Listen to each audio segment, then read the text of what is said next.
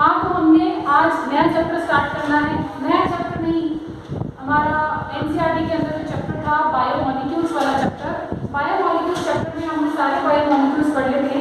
उसके बाद हमने पढ़ा था, उसके अंदर एक बहुत ही इंटरेस्टिंग सा चैप्टर टॉपिक दिया हुआ है जो कि क्या है, एंजाइम्स। क्या है, एंजाइम्स। आप अपने नोटबुक निकाल लीजिए और नोटबुक में से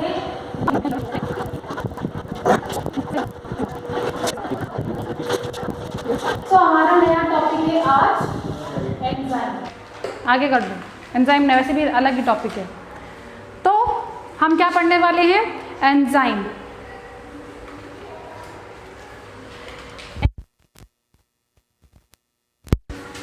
इट इज अ सब्सटेंस। क्या है, it is a substance which is produced by a living organism.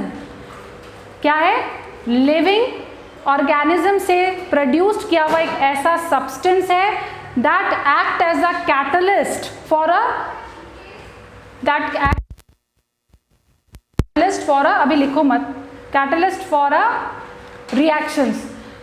Enzyme क्या है, जितने भी लिविंग ऑर्गेनिजम्स हैं, एज वी नो, जितने भी लिविंग ऑर्गेनिजम्स हैं वो सभी के सभी उनके अंदर क्या होती हैं, सेल्स प्रेजेंट है। और जो सेल्स हैं उन्हीं के अंदर हमने कहा था कि मेटाबॉलिक एक्टिविटीज होती हैं। What are the metabolic activities?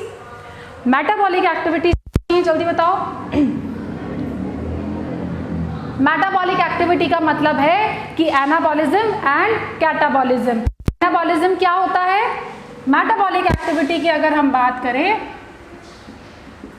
किसी भी लिविंग ऑर्गेनिज्म के अंदर मेटाबॉलिक एक्टिविटी होती है। एंड मेटाबॉलिक एक्टिविटी जो है वो क्या है, एनाबॉलिज्म। दो पार्ट होते हैं, एनाबॉलिज्म और कैटाबॉलिज्म। तो बताइए कि कैटाबॉलिज्म क्या, एनाबॉलिज्म में क्या होता है और कैटाबॉलिज्म में क्या होता है, जल्दी बताओ।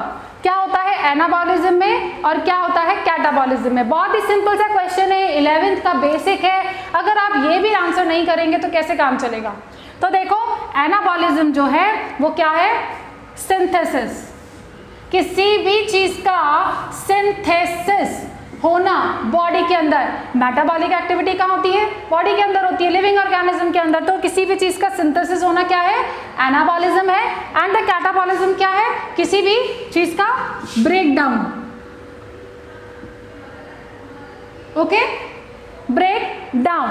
मान लीजिए कोई एक रिएक्शन हो रही है जिसमें कोई सिंथेसिस हो रहा है या फिर क्या हो रहा है, ब्रेक डाउन हो रहा है। तो ये क्या है, बोथ केमिकल रिएक्शंस हैं। और ये केमिकल रिएक्शन जब लिविंग ऑर्गेनिज्म के अंदर होती हैं तो अब इसे हम क्या कहते हैं, बायोकेमिकल रिएक्शंस कहते हैं। क्या कहते हैं, बायोकेमिकल रिएक्शंस, जो कि बॉडी के अंदर होती हैं। ठीक है, अब ये बॉडी के अंदर जो रिएक्शंस हो रही हैं, ये रिएक्शंस जो है नॉर्मली बहुत ही स्लो प्रोसेस में होती हैं। नॉर्मली कैसी होती है, स्लो प्रोसेस में होती है, लेकिन इनकी स्पीड को बढ़ाया जा सकता है, इनकी रेट को इंक्रीज किया जा सकता है, कि प्रोडक्ट बनाने की जो रेट है उसको इंक्रीज किया जा सकता है by the introducing some kind of substance. कोई एक ऐसा सब्सटेंस मिला दो, सब्सटेंस मिला दो। वो सब्सटेंस क्या होगा, वो होगा एक तरह का कैटलिस्ट। क्या होगा, कैटलिस्ट। और आपने केमिस्ट्री में पढ़ा होगा कि what are the catalyst. Catalyst पढ़ा है कि नहीं? 11th में केमिस्ट्री में आपने अभी पढ़ा ही होगा कि कैटलिस्ट नाम की, उत्प्रेरक नाम की कोई चिड़िया होती है जो कि किसी रिएक्शन की रेट को इंक्रीज कराती है ना, मैनी टाइम्स इंक्रीज करा देती है, 10 गुना, 10 टाइम्स, 20 टाइम, 100 टाइम्स क्या कराती है, इंक्रीज कराती है। ठीक है, तो कोई सब्सटेंस है जो कि एक्ट एज अ कैटलिस्ट, और वो क्या करता है, रेट इंक्रीज कर रहा है। रेट क्या कर रहा है, रेट को इंक्रीज कर रहा है, यानी कि बढ़ा रहा है। ठीक है, किसी भी रिएक्शन को। तो अब यहाँ पर अगर किसी लिविंग ऑर्गेनिज्म के अंदर कोई एक सब्सटेंस है जो कि कैटलिस्ट की तरह बिहेव कर रहा है, तो हम उसे क्या कहेंगे, बायो कैटलिस्ट कहेंगे। क्या कहेंगे, बायो कैटलिस्ट कहेंगे।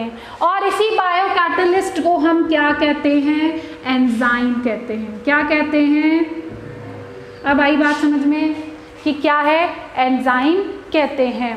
तो देखो बच्चों, इसकी डेफिनेशन क्या होगी? Enzyme is a substance produced by a living organism that act as a catalyst to bring about specific biochemical reaction। क्या करता है कि कोई एंजाइम है वो किसी स्पेसिफिक बायोकेमिकल रिएक्शन को क्या करता है? करवाता है। ठीक है, उसे हम क्या कह रहे हैं? एंजाइम कह रहे हैं। कोई भी रिएक्शन हो, चाहे वो सिंथेसिस की रिएक्शन हो, चाहे वो ब्रेकडाउन की रिएक्शन हो, ठीक है ना। जनरली अब जैसे आप पढ़ेंगे डीएनए से आपका जो जेनेटिक मटेरियल है दैट इज कॉल्ड डीएनए। ठीक है, डीएनए से डीएनए भी बनता है कि नहीं? डीएनए से डीएनए बन रहा है तो कॉपी बन रही है, यानी कि सिंथेसिस हो रहा है। ये सिंथेसिस हो रहा है, दैट मीन्स सिंथेसिस होने का मतलब है कि कोई फॉर्मेशन हो रहा है तो कोई रिएक्शन हो रही है, और ये जो रिएक्शन है तो इसके लिए कोई एंजाइम चाहिए होगा जो कि इसको करवाए। तो यहाँ पर भी क्या होते हैं? कुछ एंजाइम परफॉर्म करते हैं। वो एंजाइम कौन से होते हैं? डीएनए से डीएनए का फॉर्मेशन, डीएनए से डीएनए का सिंथेसिस, उसे हम कहते हैं डीएनए, क्योंकि वो डीएनए को क्या करवाता है? सिंथेसिस कराते हैं, इसलिए इसके नाम कैसा होगा एंजाइम का? DNA polymerase. क्या होगा? DNA polymerase. आ रही बात समझ में? सम एग्जाम, ये तो मैं आपको एग्जाम्पल के तौर पर बता रही हूँ। ठीक है, क्लियर है यहाँ पे? अब देखो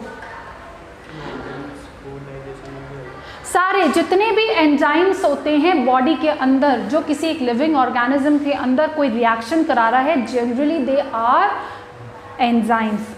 क्या होते हैं? चाहे वो आपके फूड को डाइजेस्ट कराने वाला कोई सब्सटेंस हो, है ना, या फिर डीएनए से डीएनए बनाने वाला हो, ग्लूकोज से क्या ग्लूकोज को तोड़ने वाला कोई सब्सटेंस हो। ग्लूकोज को भी तो हम तोड़ते हैं ना, ग्लूकोज आगे टूटता है, फिर 6 वाटर और CO2 में कन्वर्ट होता है ना, और उससे कुछ एनर्जी बनती है। ठीक है, ग्लाइकोजन से कोई ग्लूकोज को बनाना हो, है ना, हम अपनी बॉडी के अंदर ग्लाइकोजन स्टोर करके रखते हैं, फैट को स्टोर करके रखते हैं। तो जब रिक्वायरमेंट होती है तो जब रिक्वायरमेंट होगी तो क्या होगा? किसी को तोड़ा जाएगा, ब्रेकडाउन होगा तो उसके लिए हमें क्या चाहिए? कोई ना कोई एंजाइम चाहिए। तो जितनी भी बायोकेमिकल रिएक्शंस होती हैं उनके लिए क्या चाहिए? हमें एंजाइम्स चाहिए। और एंजाइम्स बेसिकली क्या है? They are the bio catalyst है। क्या है? बायो कैटालिस्ट है। आ रही है बात समझ में? ये जो नोट्स है क्लिक करना, ले जाना और लिख के ले आना। ठीक है, अब देखो यहाँ पर कैटालिस्ट अगर थोड़ा सा हम देखें कि लिविंग ऑर्गेनिजम्स के अंदर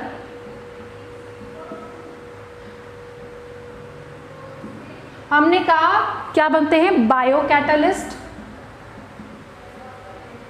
और उसे ही हम क्या कहते हैं? एंजाइम कहते हैं। ठीक है, और बाहर आउट ऑफ द बॉडी जो रिएक्शंस होती हैं, जो भी हम रिएक्शंस होती हैं out of the body, generally उसके अंदर उसकी रेट को बढ़ाने के लिए कौन से होते हैं? और कैटालिस्ट, कौन से सब्सटेंस होते हैं? कैटालिस्ट होते हैं।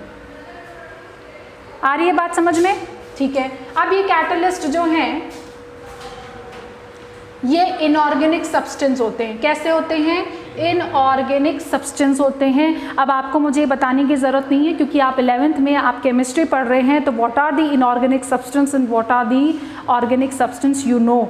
ठीक है, तो इनऑर्गेनिक सब्सटेंस होते हैं कैटालिस्ट। ठीक है, आप केमिस्ट्री में पढ़ते आ रहे हैं जनरली। और जो लिविंग ऑर्गेनिजम्स के अंदर होते हैं they are the bio catalyst, they are the organic substance होते हैं। और इनकी नेचर कैसी होती है? They are generally, what I am saying, almost क्या होते हैं? प्रोटीन्स के बने हुए होते हैं। किसके बने हुए होते हैं? द प्रोटीन्स के बने हुए होते हैं। ठीक है, ज़्यादातर मैंने आपसे हमेशा कहा है कि बायोलॉजी के अंदर हमेशा वाला वर्ड कभी नहीं आता है। हमेशा जहाँ पे भी स्टेटमेंट में हमेशा वाला वर्ड आता है दैट ऑलवेज, ऑल, तो ये हमेशा स्टेटमेंट गलत होता है मोस्ट ऑफ द टाइम्स। क्यों? क्योंकि ऑलवेज बायोलॉजी के अंदर एक्सेप्शन होता है, और एक्सेप्शन यहाँ पे भी है कि जितने भी जो एंजाइम्स हैं वो क्या है? प्रोटीन्स होते हैं। इसका एक्सेप्शन है RNAs। इस RNase का मतलब है ये एक ऐसा एंजाइम है जो कि RNA का बना हुआ है। किसका बना हुआ है?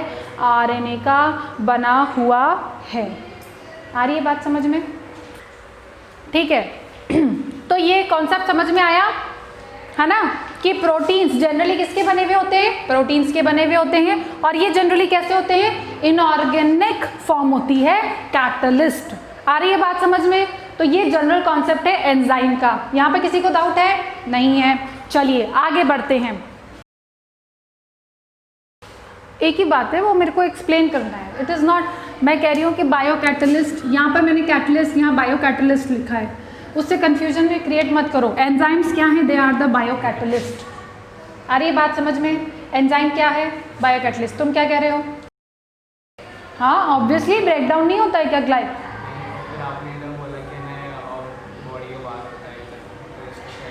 अरे बेटा ये देखो, कैटलिस्ट जब बॉडी के बाहर का मतलब है कि तुम्हारे सराउंडिंग में जो भी रिएक्शन हो रही है ना, बॉडी के अंदर, बॉडी का मतलब है कि लिविंग सेल के अलावा जहाँ पे भी रिएक्शंस होती है वहाँ पर कैटलिस्ट की रिक्वायरमेंट होती है। ठीक है, तो जैसे तुम्हारे प्लास्टिक बन रहा है, जो भी कुछ मटेरियल बन रहा है उसमें कैटलिस्ट की रिक्वायरमेंट होती है। बहुत से केमिकल्स जो बनते हैं उन केमिकल्स को बनाने के लिए भी क्या रिक्वायरमेंट होती है? कैटलिस्ट की रिक्वायरमेंट होती है। And that's why I said that out of the body, यानी आउट ऑफ द बॉडी का मतलब है कि out of the living cell, living cell के बाहर जो भी रिएक्शंस हो रही हैं वो सारी के सारी कैसे होती है? कैटलिस्ट वहाँ पर इन्वॉल्व होता है। तो यहाँ पर जो कैटलिस्ट है वो कैसा है? इनऑर्गेनिक फॉर्म में होता है। और ये जो कैटलिस्ट होते हैं generally they are protein natures के होते हैं। ठीक है, protein organic, that means protein nature के होते हैं। और लिखना मेन पॉइंट ये है, ठीक है ना, इसलिए। और एक्सेप्शन क्या है उसमें? RNase। ठीक है, अब देखो यहाँ पर, अब यहाँ पर थोड़ी सी डिस्कवरी देख लेते हैं कि किसने किसके बारे में क्या बताया। डिस्कवरी कि किसने सबसे पहले एंजाइम के बारे में बताया। ठीक है, सबसे पहले आए थे लुईस पास्चर। तुमने नाम सुना होगा, लुईस पास्चर। ये बोर्ड हिल रहा है। लुईस पास्चर, इन्होंने सबसे पहले क्या देखा था? इन्होंने सबसे पहले एंजाइम के बारे में बताया था। और इन्होंने क्या नाम दिया था? इन्होंने नाम दिया था फर्मेंट। क्या नाम दिया था? इन्होंने फर्मेंट नाम दिया था। किसको? एंजाइम को। तो पहले एंजाइम वर्ड अभी नहीं आया है, ये दो कुछ साइंटिस्ट सबसे पहले जब डिस्कवर हुआ था तो लुईस पास्चर ने फर्स्ट डिस्कवर किया था और उसको क्या नाम दिया था? फर्मेंट नाम दिया था। फिर उसके बाद है एडवर्ड बुशर। एडवर्ड बुशर ने इसको क्या नाम दिया था? एक सब्सटेंस, हम क्या बात कर रहे हैं? कोई सब्सटेंस को आइसोलेट किया था। क्या किया था? आइसोलेटेड। इस सब्सटेंस को आइसोलेट किया था फ्रॉम ईस्ट। फ्रॉम यानी कि एक एंजाइम उन्होंने उस समय आइसोलेट किया था। कहाँ से? ईस्ट। ईस्ट से उसको सबस्ट्रेट को आइसोलेट किया था और उसका नाम क्या रखा था? जाइमेज। क्या नाम रखा था? जाइमेज। उन्होंने कहा ऐसा कोई सब्सटेंस है लिविंग बॉडी के अंदर जो कि क्या करता है? बायोकेमिकल रिएक्शंस को इंक्रीज कराता है। तो सबने अपने अपने नाम दे दिए। इसने कहा फर्मेंट, इसने कहा जाइमेज, क्योंकि उसने कहाँ से निकाला था? आइसोलेट कहाँ से किया था? ईस्ट से किया था। अब उसके बाद जो टर्म है एंजाइम, एंजाइम जो टर्म है ये किसने कॉइंड की थी? ये की थी कोहने ने। कोहने ने टर्म कॉइंड बाय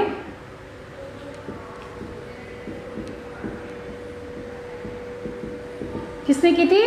कोहने ने की थी। तो ये नाम इंपॉर्टेंट है कि ये किसने दिया था सब, और ये तीन नाम इंपॉर्टेंट है। ठीक है, ठीक है। सबसे पहले Louis Pasteur, then Edward Buchner and उसके बाद कोहने। ठीक है, इन्होंने एंजाइम टर्म दिया था। अब देखो इसके बाद यहाँ पर इन्होंने सभी ने बताया कि जितने भी जो ये जो एंजाइम्स हैं दे आर, इनका नेचर कैसा है, ये प्रोटीन नेचर के हैं। कैसे हैं, प्रोटीन नेचर के हैं। और उसमें भी हमने क्या निकाला था, जितने भी एंजाइम्स हैं वो सारे कैसे हैं, प्रोटीन नेचर के हैं ऑल। और में भी एक्सेप्शन हमने एक पढ़ा था, दैट आरएनएज। एज मैंने बताया था कि जिस भी नाम के आगे ए ऐसी लग जाता है वो जनरली क्या होते हैं, एंजाइम्स होते हैं। क्या होते हैं, एंजाइम्स होते हैं एज लग जाने पर। ठीक है, आ रही है बात समझ में। अब देखो यहाँ पर एक बहुत ही इंपॉर्टेंट टर्म है जो कि एनसीईआरटी में दी हुई है,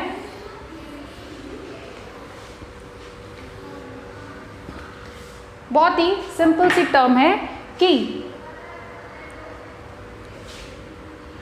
all enzymes are protein except RNAs,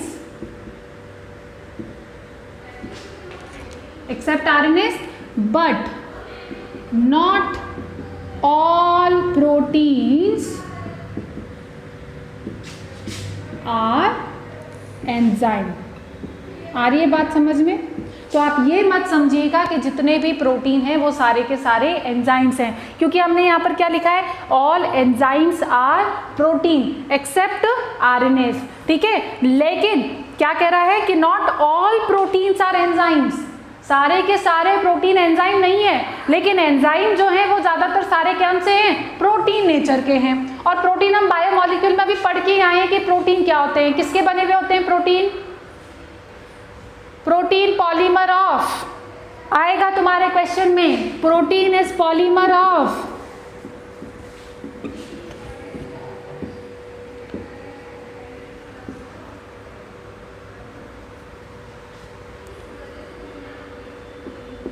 carbohydrate,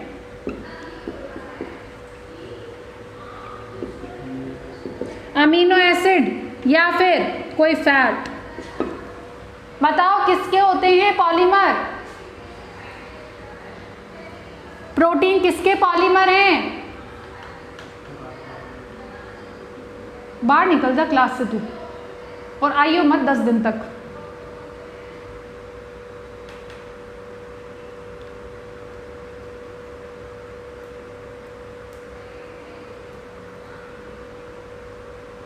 इनको है ना घोटना पड़ेगा, इनको पीना पड़ेगा, तब जाकर के दिमाग में बैठेगा।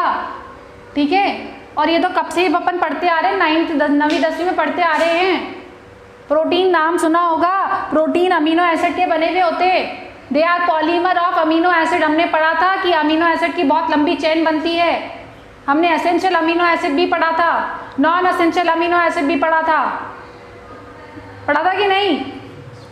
तो फिर इनको रिवाइज नहीं करोगे तो सब गायब हो जाएगा, और ये तो बहुत ही बेसिक सी चीज़ है, ये कैसे भूल सकते हो। चलो मैंने अमीनो एसिड के नाम नहीं पूछे, वो तो याद होंगे नहीं। ठीक है, ये तो बता सकते थे कि protein is a polymer of amino acid, और कार्बोहाइड्रेट तो खुद एक बायोमॉलिक्यूल है, और इसके अंदर इसके भी कार्बोहाइड्रेट जो है कोई मॉलिक्यूल नहीं है, ये बहुत बड़ी वैरायटी है, बहुत बड़ा ग्रुप है कार्बोहाइड्रेट। कैसे कह दिया तुमने,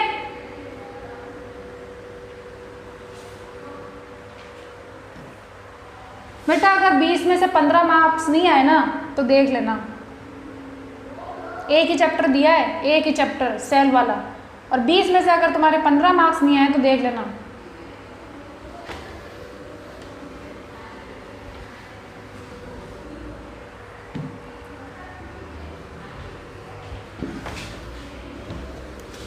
अब यहाँ मैं बोलती जा रही हूँ कि ये प्रोटीन है, प्रोटीन। अब तुम्हें यही नहीं पता कि प्रोटीन क्या है, फिर क्या करोगे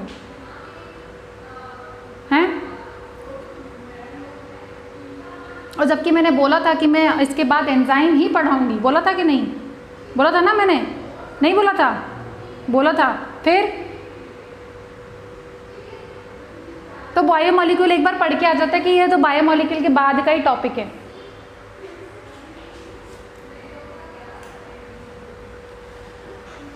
ठीक है, बढ़ते हैं आगे।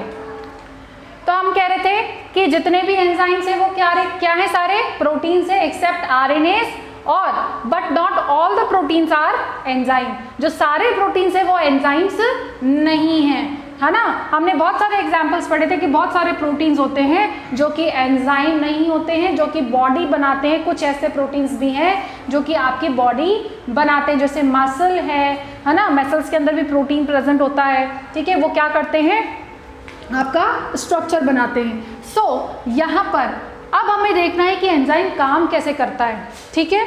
एंजाइम काम कैसे करता है, ठीक है। अब देखो एंजाइम काम कैसे करता है कि ये देखो, ये है सबस्ट्रेट, आपने नाम पढ़ा होगा सबस्ट्रेट क्या होता है ना। सबस्ट्रेट आपको पता है, और सबस्ट्रेट जो है वो कन्वर्ट हो जाता है किसी प्रोडक्ट में, है ना। कोई केमिकल रिएक्शन हो रही है तो उस केमिकल रिएक्शन में कोई सबस्ट्रेट होगा, सबस्ट्रेट 1, सबस्ट्रेट 2, ठीक है। और वो मिलकर के क्या बना रहे हैं, कोई प्रोडक्ट बना रहे हैं। क्या बना रहे हैं, कोई प्रोडक्ट बना रहे हैं, ठीक है। जब बिना, जैसे फॉर एग्जाम्पल हम ले लेते हैं, जैसे CO2 प्लस H2O, क्या है, CO2 प्लस H2O। ये बॉडी के अंदर एक रिएक्शन होती है कि CO2 H2O, हमें CO2 किस फॉर्म के अंदर, हमारी बॉडी में जो CO2 बनता है वो किस फॉर्म के अंदर, ब्लड के अंदर ट्रैवल करता है और कहाँ पहुँचता है, लंग्स में पहुँचता है। फिर लंग्स से ये CO2 अगेन क्या हो जाती है, रिलीज हो जाती है बॉडी से बाहर। तो CO2 और H2O, तो बताओ क्या बनना चाहिए, केमिस्ट्री पढ़ के आते हो, H2CO3, क्या बन रहा है, H2CO3, कार्बनिक एसिड बन रहा है, ठीक है। कार्बनिक, जिसको हम कहते हैं बाइकार्बोनेट कह रहे हैं, ये बाइकार्बोनेट बन रहा है CO2 प्लस H2O से, ठीक है। ये कहाँ हो रही है, ब्लड के अंदर रिएक्शन, बायोकेमिकल रिएक्शन हो रही है, क्योंकि एवरी एंड ईच सेल क्या करती है, CO2 तो बनाती है, और ये CO2 वाटर के साथ मिलके ये प्रोडक्ट बना रही है। Generally in absence of enzyme, enzyme की एब्सेंस में, किसी एंजाइम के एब्सेंस के अंदर ये सबस्ट्रेट प्रोडक्ट में कि इसकी रेट क्या होती है, सबस्ट्रेट से प्रोडक्ट में जब ये बदल रहा है तो इसकी रेट क्या होती है, इसकी रेट होती है 200 मॉलिक्यूल्स, 200 मॉलिक्यूल्स पर सेकेंड। कितनी होती है, 200 मॉलिक्यूल्स, सॉरी पर सेकेंड नहीं, पर आवर। कितनी होती है, पर आवर, ठीक है। In absence of enzyme, absence of enzyme में क्या हो रहा है कि ये जो सबस्ट्रेट से प्रोडक्ट बनने की जो रेट है वो कितनी है, 200 मॉलिक्यूल्स, 200 मॉलिक्यूल्स पर आवर है। आ रही है बात समझ में। लेकिन अगर मैं यहाँ पर CO2 प्लस H2 और मैं यहाँ पर कोई एंजाइम जोड़ दूँ, ठीक है, मैं यहाँ पर कोई एंजाइम की कोई प्रेजेंस हो, और वो एंजाइम कौन सा होगा, कार्बोनिक एनहाइड्रेज, कार्बोनिक एनहाइड्रेज जिसको हम कह रहे हैं। तो यहाँ पर क्या है, एंजाइम है कोई कार्बोनिक एनहाइड्रेज, कार्बोनिक एनहाइड्रेज की प्रेजेंस में इसकी रेट कितनी होगी, बता सकते हो, डबल हो सकती है, ट्रिपल हो सकती है, कितनी होगी, इमेजिन कर सकते हो। इसकी रेट हो जाती है, इसकी रेट हो जाती है 6 लाख पर सेकेंड। एक एंजाइम की प्रेजेंस में 6, हाँ ये आवर्स, मतलब यही तो बात है कि एंजाइम तो 1 घंटे के अंदर तो कितने बना रहा था, 200 मॉलिक्यूल बना रहा था। लेकिन जैसे ही एंजाइम डाल दिया तो क्या हुआ, रेट हो गई 6 लाख पर सेकेंड। क्या हो रही थी, 6 लाख पर सेकेंड। तो एंजाइम देखो यहाँ पर प्रेजेंस है, उसका काम क्या है, सबस्ट्रेट को प्रोडक्ट में बदलना। क्या है, सबस्ट्रेट को प्रोडक्ट में बदलना, खुद को चेंज किए बिना। एंजाइम क्या करता है, खुद को चेंज किए बिना सबस्ट्रेट को प्रोडक्ट में तेजी से बदलता है। क्या करता है, सबस्ट्रेट को तेजी से बदलता है प्रोडक्ट के अंदर, ठीक है। यहाँ पर केवल इसकी प्रेजेंस चाहिए, क्या चाहिए? प्रेजेंस चाहिए। ये खुद चेंज नहीं होता है, इसके स्ट्रक्चर में कोई चेंज नहीं होता है। आ रही है बात समझ में? तो ये कैसे रिएक्ट करता है? हमने कहा एंजाइम जो है वो खुद चेंज नहीं होता है, लेकिन सबस्ट्रेट को प्रोडक्ट में बदलने को बदल देता है, ठीक है, और रेट इंक्रीज कर देता है। बेसिकली क्या करता है? रेट इंक्रीज कर देता है, ठीक है। आ रही है बात समझ में? अब देखो तो यहाँ पर क्या इंपॉर्टेंट है? सबस्ट्रेट और प्रोडक्ट इंपॉर्टेंट है, सबस्ट्रेट और एंजाइम एंड देन प्रोडक्ट। तो ये तीन चीजें इंपॉर्टेंट हैं किसी रिएक्शन के अंदर। अब देखो हमने क्या कहा था कि प्रोटीन क्या होते हैं? प्रोटीन के स्ट्रक्चर, प्रोटीन नेचर है। अब हम जानते हैं प्रोटीन की प्राइमरी स्ट्रक्चर भी होती है, सेकेंडरी स्ट्रक्चर भी होते हैं, और टर्शरी स्ट्रक्चर वाला भी प्रोटीन होता है। एक तो होता है प्राइमरी वाला, दूसरा होता है सेकेंडरी वाला, और थर्ड वन होता है टर्शरी वाला। प्राइमरी प्रोटीन और secondary protein and the tertiary protein, ठीक है। अब देखिए जनरली जो एंजाइम्स होते हैं वो एंजाइम्स कैसे होते हैं? टर्शरी प्रोटीन वाले एंजाइम्स होते हैं। तो जब हमने बायोमॉलिक्यूल पढ़ा था, प्रोटीन के बारे में पढ़ रहे थे, स्ट्रक्चर के बारे में पढ़ रहे थे, तब हमने कहा था कि जितने भी जो एंजाइम्स हैं they are in form of tertiary. और ऐसा क्यों है? टर्शरी वाले ही सारे एंजाइम होते हैं इसी फॉर्म के अंदर, क्योंकि ये सबसे स्टेबल स्ट्रक्चर होता है। स्टेबल स्ट्रक्चर कैसा होता है? सबसे स्टेबल स्ट्रक्चर होता है। बॉन्ड इसके अंदर स्टेबल क्यों है? क्योंकि इसके अंदर बॉन्ड्स ज़्यादा प्रेजेंट होते हैं। एज वेल एज स्टेबल है तो कैसा होता है? एक्टिव रहता है। कैसा है? काफ़ी एक्टिव फॉर्म में रहता है, ठीक है। बाकी जो दो हैं जनरली इनएक्टिव ही होते हैं, प्राइमरी और सेकेंडरी स्ट्रक्चर। आ रही है बात समझ में? तो अब देखो यहाँ पर हमने ये कहा था कि ये जो प्रोटीन्स होते हैं ये अपने आप को क्या कर लेते हैं? फोल्ड कर लेते हैं। अपने आप को एक स्ट्रक्चर में इस तरह से फोल्ड कर लेते हैं, जैसे मैंने ये कोई प्रोटीन है जो कि क्या है? फोल्ड हुआ है। कैसा है? फोल्ड हुआ है। आ रही है बात समझ में? तो यहाँ पर ये जो स्ट्रक्चर है, प्रोटीन है, यहाँ पर क्या बन रही है? कुछ सर्विक्स बन रही हैं। कुछ सर्विक्स जैसे यहाँ कुछ सर्विक्स मतलब वो एक खांच बन रही है, एक कोई स्पेस बन रहा है। जैसे यहाँ एक स्पेस बन रहा है, यहाँ एक स्पेस बन रहा है, यहाँ एक स्पेस बन रहा है, ठीक है ना। ये बैकबोन के अंदर क्या होती है?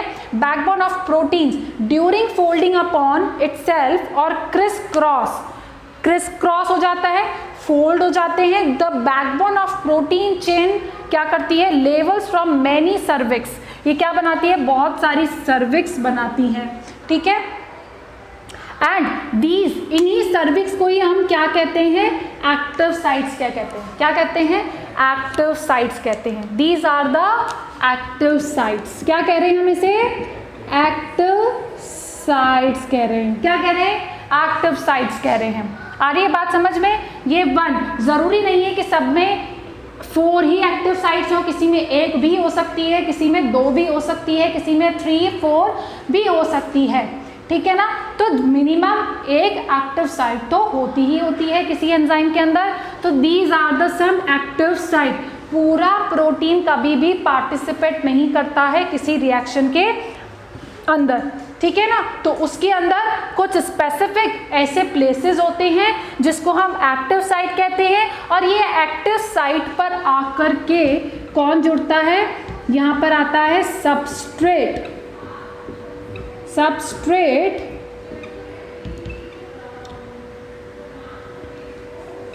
comes here and attached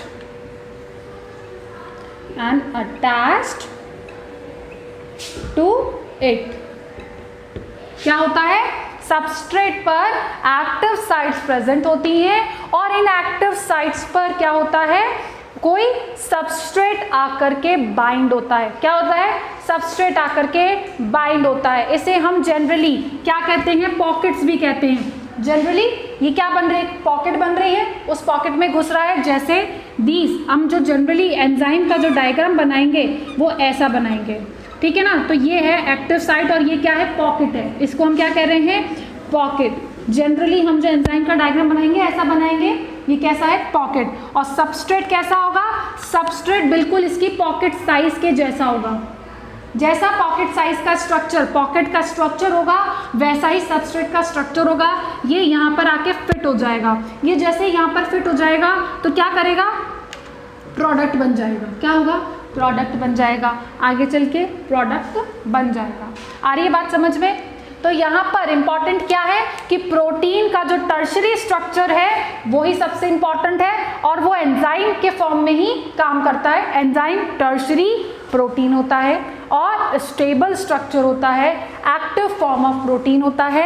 and ये जो प्रोटीन है फोल्ड होकर के, क्रिस क्रॉस होकर के इसके अंदर कुछ पॉकेट्स बनती हैं। इन पॉकेट्स को हम क्या कहते हैं, एक्टिव साइट्स कहते हैं। And these active sites, at these active sites क्या आता है, सबस्ट्रेट अटैच्ड हो जाता है। क्या हो जाता है, सबस्ट्रेट अटैच्ड होना है, जिसको कि आगे चल के प्रोडक्ट बनाना है।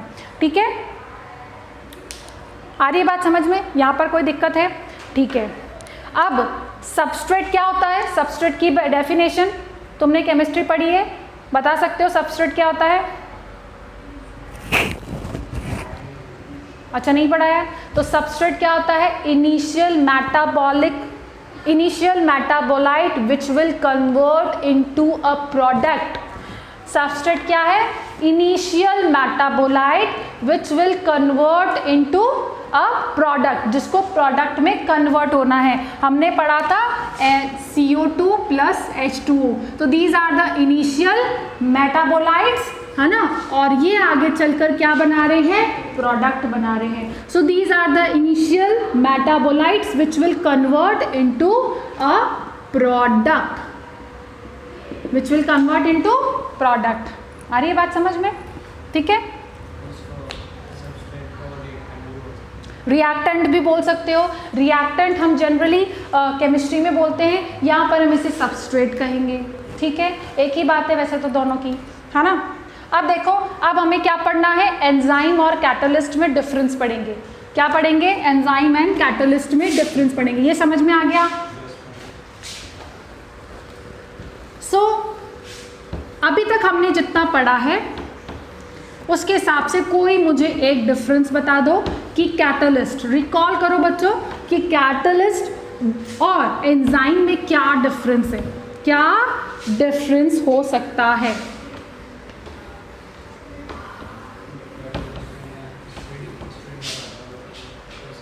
तो दोनों ही स्पीड बढ़ाते हैं, कैटलिस्ट भी स्पीड बढ़ाता है, एंजाइम भी स्पीड बढ़ाता है।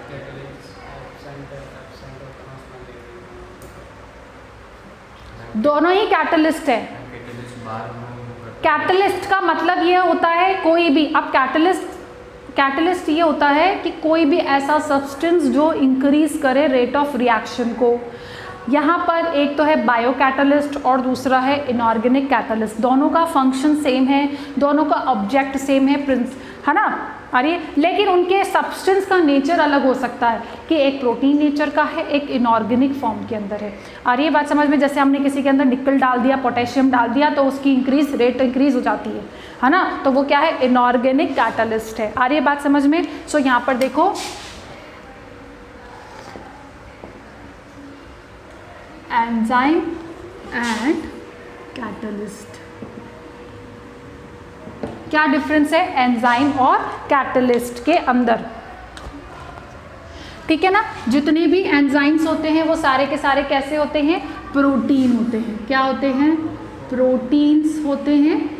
आ रही है बात समझ में। एंड जनरली इनका जो स्ट्रक्चर होता है, protein and structure is complex. कैसा होता है, कॉम्प्लेक्स स्ट्रक्चर होता है। जनरली दे आर बहुत ही स्मॉल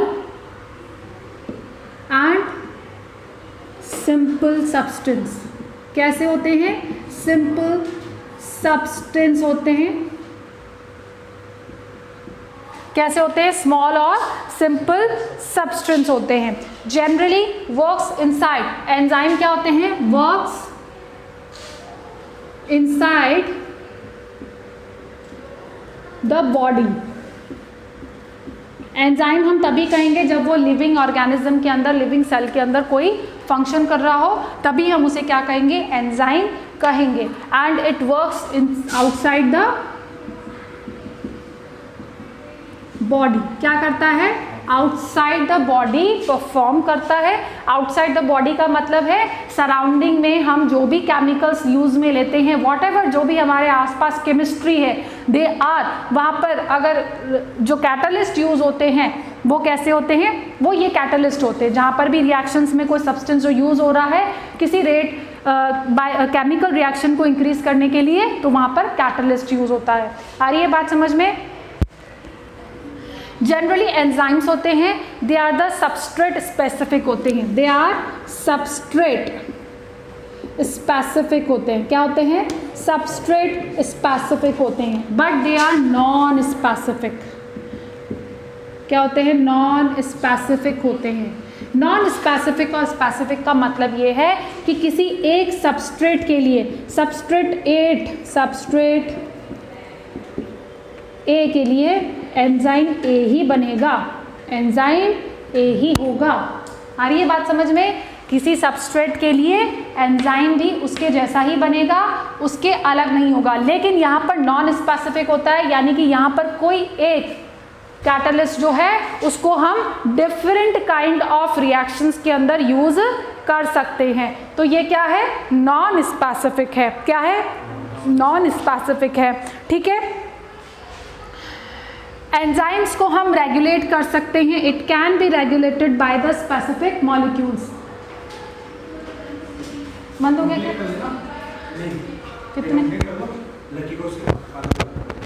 अच्छा देखो कितने मिनट हुए, 10 मिनट। तो थोड़ा सा कंप्लीट कर देते हो, ये हो जाएगा इतने, है ना। सो एंजाइम्स क्या है, रेगुलेटेड बाय सम मॉलिक्यूल्स। इसको हम रेगुलेट कर सकते हैं, कुछ मॉलिक्यूल्स के साथ हम रेगुलेट कर सकते हैं। जैसे ये एक एंजाइम है, इस एंजाइम पे मैंने अगर फॉस्फेट ग्रुप जोड़ दिया तो या तो ये एक्टिव हो जाएगा या तो है इनएक्टिव हो जाएगा। अभी हम पढ़ेंगे, जब हम क्या पढ़ेंगे, सेल साइकिल पढ़ेंगे, तो हम ऐसी स्टोरी देखेंगे कि कुछ एंजाइम्स जो हैं, है ना, वो क्या हो जाते हैं, अगर इनएक्टिव हैं तो एक्टिव हो जाते हैं, और इफ़ दे आर एक्टिव तो वो इनएक्टिव हो जाते हैं। और इसकी वजह से ही कुछ रिएक्शंस जो हैं वो क्या होती हैं, रेगुलेट होती हैं। तो हमारी बॉडी में बहुत सी चीज़ें जो रेगुलेटेड होती हैं by the process of this. ठीक है। तो एंजाइम को, अगर एंजाइम तभी काम करना चाहिए जब उसकी रिक्वायरमेंट हो, उससे पहले उसको इनएक्टिव करके रखा जाता है, उससे पहले इसको इनएक्टिव करके रखा जाता है by the using some kind of molecules, for example phosphate. यहाँ पर आप लिख सकते हो एग्जाम्पल फॉस्फेट। आ रही है बात समझ में। ठीक है। और they cannot be regulated। तो ये रेगुलेटेड नहीं, इनको रेगुलेट नहीं किया जा सकता है। ठीक है ना। They are very sensitive to temperature and pH. Sensitive to pH and temperature.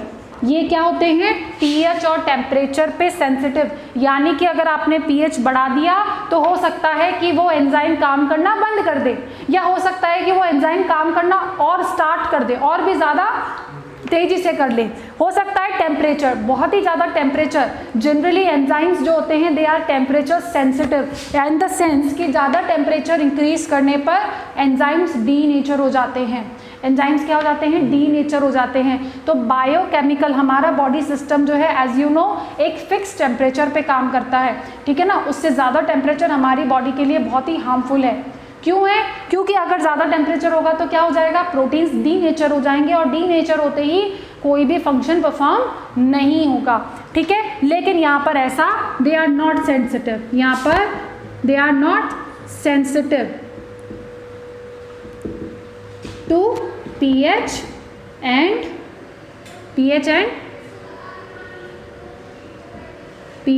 Temperature, ठीक है, pH एंड टेम्परेचर के सेंसिटिव नहीं होते हैं। आ रही है बात समझ में? सो ये हमारे क्या है, डिफरेंसेस हैं बिटवीन एंजाइम और कैटलिस्ट के बीच में, ठीक है। कैटलिस्ट बॉडी के बाहर, एंजाइम बॉडी के लिविंग ऑर्गेनिजम्स के अंदर परफॉर्म करते हैं। जनरली जे आर प्रोटीन, और ये इनऑर्गेनिक सब्सटेंस होते हैं, सिंपल होते हैं, स्मॉल होते हैं, ठीक है ना। ये काफ़ी कॉम्प्लेक्स स्ट्रक्चर होता है इनका, और ये कैसे होते हैं, स्पेसिफिक होते हैं, है ना, और ये नॉन स्पेसिफिक होते हैं। They work in a wide range of reactions, wide range of reactions में परफॉर्म करते हैं। जैसे कोई क्लोरीन निकल डाल दो तो निकल बहुत सारी, आप देखेंगे अभी ऑर्गेनिक वाली रिएक्शंस पढ़ेंगे तो निकल जो है बहुत सारी रिएक्शंस में यूज किया जाता है, ठीक है। अब रेगुलेटेड बाय सम मॉलिक्यूल्स, ठीक है ना, इसको रेगुलेट कर सकते हैं, यानी कि किसी भी एंजाइम को एक्टिव और इनएक्टिव, है ना, कर सकते हैं कि उसको काम कब करना चाहिए। तो अगर इसमें फॉस्फेट लगा दो तो हो सकता है एक्टिव हो जाए या इनएक्टिव हो जाए, ठीक है ना। फॉस्फेट के अलावा और भी मॉलिक्यूल्स हैं, लेकिन वो साथ में साथ आप पढ़ते जाएंगे, है ना। Not sensitive to pH and temperature, ये टेम्परेचर से क्या होते हैं, सेंसिटिव नहीं होते, but they are much more sensitive to pH and temperature, ठीक है। तो आज हम इतना ही पढ़ेंगे। इसके बाद हम पढ़ेंगे कि डिफरेंट टाइप के, अब इस कोफैक्टर्स पढ़ेंगे कि एंजाइम का स्ट्रक्चर कैसा होता है, अब हम वो पढ़ेंगे, ठीक है। तो आज हम इतना ही पढ़ रहे हैं।